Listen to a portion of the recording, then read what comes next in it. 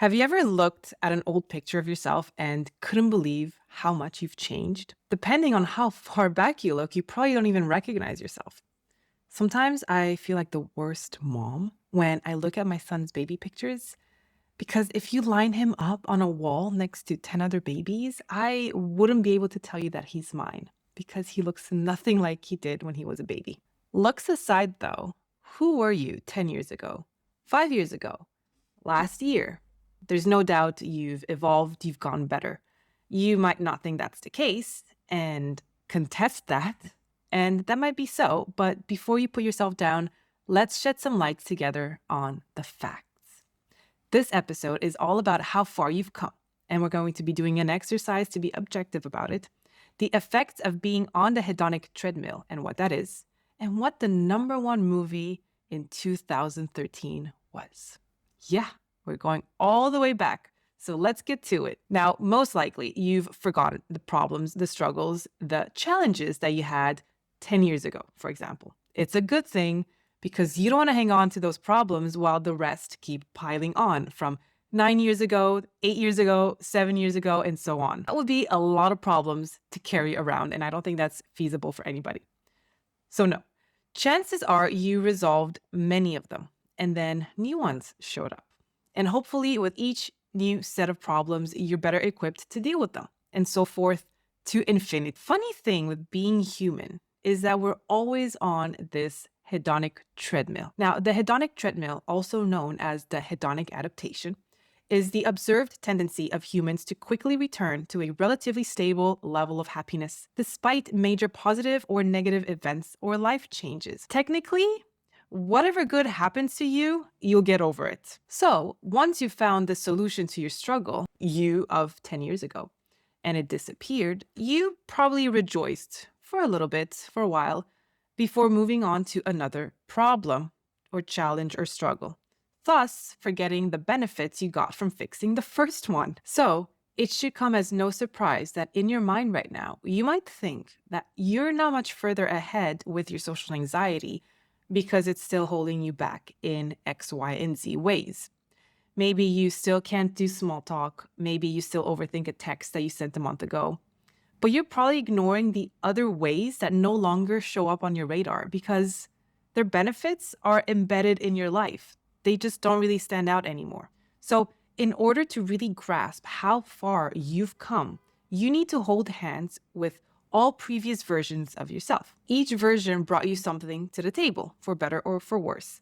If you choose to hide away from these previous versions of you because you feel shame or embarrassment, you're not honoring the person you are today, and you're taking away the potential of future versions of you. Technically, I could even say you have a hard time believing that you are worth knowing. Here's an example. Let's say that 10 years ago, all you ever wanted was to find a way to ask that one cute girl or boy out because that was the key to solving your love problems. Having that confidence would be life-altering. And then some years passed, and with trial and error, you eventually did ask another cute girl or boy out, and they eventually became your partner, wife, husband, whatever the case may be. And so the problem of asking a cute girl or boy out has never been a problem since then. You cracked the code and got the key. You still possess the key, but it's somewhere in your basement with your old high school uniform. There's no reason for you to venture down there. And anyway, now you're looking for the key that unlocks your dream job because you think that with this job, all your problems will be solved. And so on. Hedonic treadmill, yo. Always be cracking codes and collecting keys. It might sound like you're on your way to winning the game of life, but there are two things happening behind the scenes. The first is that when you're on the hedonic treadmill going at 20 miles an hour, you're super busy with the problem at hand because you feel like this problem stands in the way of your happiness, holding you back from thriving. But when you finally crack the code and you're off the treadmill, you're not putting the same effort in appreciating how amazing it feels to not have that problem anymore. The scale is tipped in favor of your problems instead of on the relief from them, because you're already eyeing the next problem coming on the horizon, prepping yourself to get back on the treadmill. While I'm not suggesting that you spend every waking hour patting yourself on the back for getting on the other side of a problem, but if you do want to spend more time off the treadmill, try to hang on to the initial feeling of relief, joy, accomplishment you had more regularly. Be nostalgic about it. Appreciate the disappearance of this old problem. Rejoice at the number of headaches gone because of it. Now, the second effect is that if you're jumping from one problem to another, you're depriving yourself of acknowledging the skills and strengths you brought to the table to make that problem go away. There's no time for you to debrief, assess, and recuperate. So in the case of asking that girl or boy out, you probably had to be thoughtful, caring, vulnerable, and so on. Traits that you had a hard time tapping into at some point. Again, it's not about resting on your laurels, but about putting your keys on display. Kind of like when you unlock a new level in Duolingo and you know exactly why and how you did it. Maybe because you finally learned how to say, de meisje drinkt melk, after 24 tries. The best part is that if you practice reminding yourself of all the keys you've collected, it will inspire you to think of all the future versions of you have yet to unlock. Versions that you are currently working toward. Granted that you persevere and pay attention to how you're overcoming your current challenges. Okay, now that we have the theory out of the way, let's move on to the practical aspect of it and do an exercise together. So let's shed light on your evolution and all the keys that you possess. Pen and paper out. Although I have a feeling you might resist that, I highly recommend you put this on paper. Let's think back to 10 years ago. And for me, it's all a blur.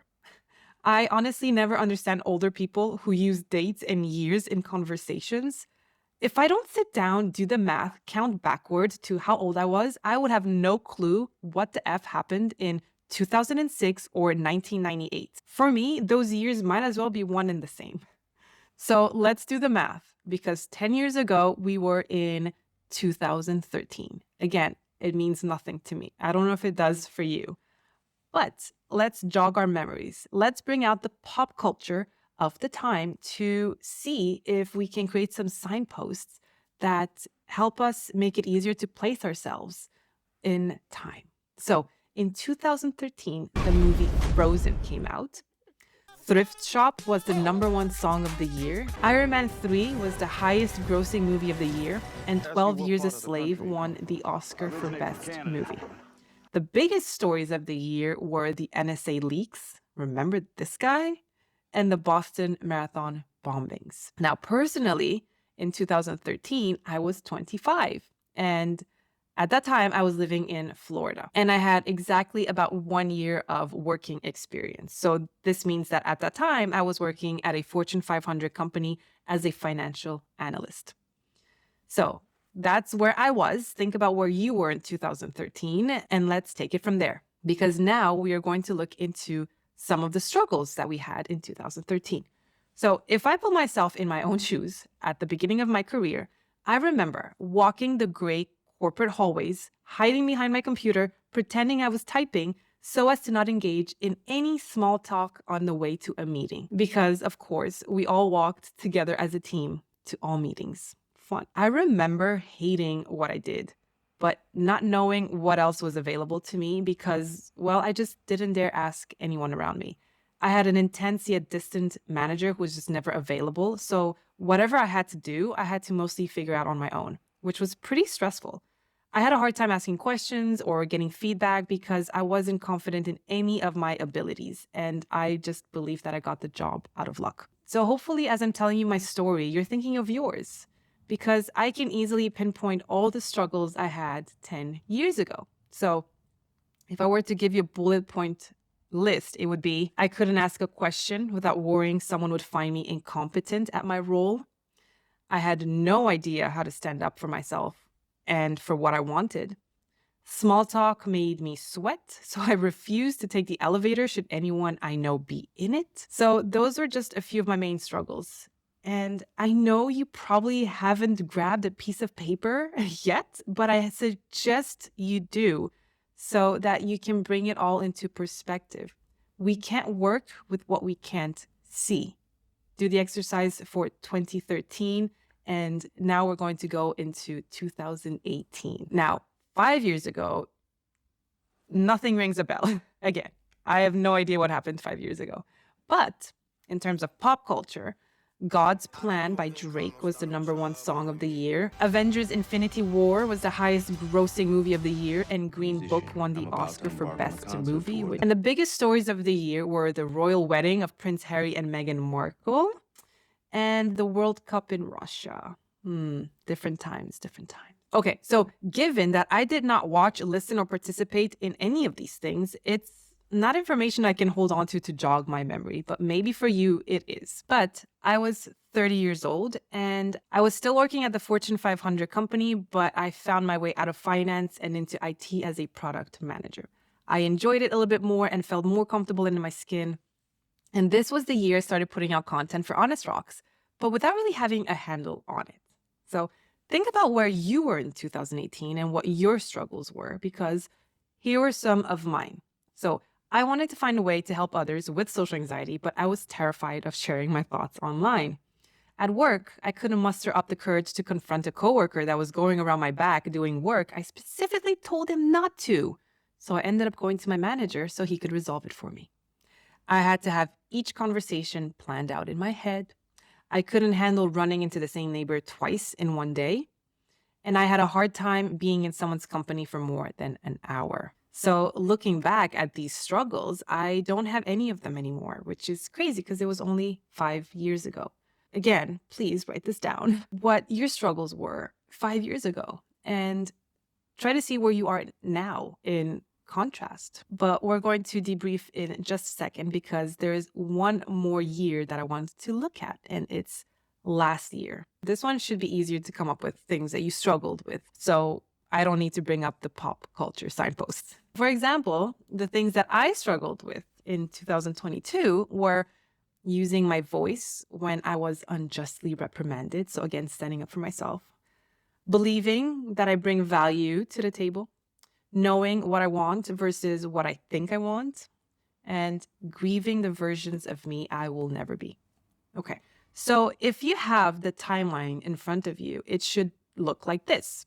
Each year has its struggles or problems or challenges. And as you crack the codes, you accumulate keys. Now, do you notice anything that stands out? Anything? For this exercise to work, you really have to think hard and be honest with yourself. No one's going to see what you are writing down. Please be honest and vulnerable because you are doing yourself a favor by doing that. If you are having a hard time thinking of things to write down, maybe I can help you. What are the things you need to crack the code on? So for example, have you been trying to get promoted for years, but it hasn't happened because you're told you're not speaking up enough? Are you finding yourself more and more lonely because you've given up on reaching out to people? Has your love life plateaued because you're not willing to be vulnerable with someone else? Just some things to think about. Now, as you do this exercise, 2 thoughts might come to mind as you look at the patterns. 1, wow, I've come a long way. I don't struggle with any of the things I did 10 years ago or 5 years ago. And 2, dang, I still struggle with all or some of these things. Now, if your thoughts lean more towards reality number 2, don't beat yourself up. We all have problems that are recurring, dormant, or that perpetuate throughout the years. They might not be associated with social anxiety per se, but we all have that. For example, I still have a hard time making genuine friends. That doesn't mean I've given up on trying or accepting that it will always be like this, just because in the past 20 years it's been a struggle, but it's an important point to be aware of. I can be aware of it without adding judgment on top of it. So whatever the case may be, accept that it's a struggle. You can choose to not admit to it, but will that really do anything for you? Remember that you are trying to hold hands with all previous versions of you and unlock the future versions. You're not trying to stuff them all in a duffel bag and throw them over the bridge, are you? Because your goal should be to bring to light what's currently holding you back, work towards cracking the code, reap the benefits, acknowledge them regularly, and tackle new challenges ahead. We can call this the evolution cycle, right? It's better than the hedonic treadmill. So get on it, and you'll notice that you'll feel more content and fulfilled with your life because you're paying attention to the good you added to it. And by paying attention, I mean that the keys you've accumulated in time are on display as a constant reminder that you're holding hands with all past versions of you and reaching for the hands of the future versions of you. Now, another thing to consider, especially if you're the type of person that likes to journal, here are some prompts related to past versions of yourself that can really help you stay on top of all the keys you've collected. 1. Write about a moment in your life that you found yourself struggling and thought the struggle would never end. Detail what the struggle was, how you felt, and where you stand now in regards to it. And 2, what is one good that you feel you've absorbed a little bit too fast and didn't get to really enjoy? How can you bring that good back to your life and appreciate it? Just some things to think about. If you enjoyed this exercise in this episode, you might like my Challenge Your Inner Critic exercise sheet, which is a quick way to balance out the negative self-talk you have during the day. Of course, only if you're willing to take out that pen and paper. You can find the link in the show notes and you can download it for free. As for me, I'm going to get off the hedonic treadmill and I'm going to go enjoy the sunshine. I will see you next week on the You Are Worth Knowing podcast.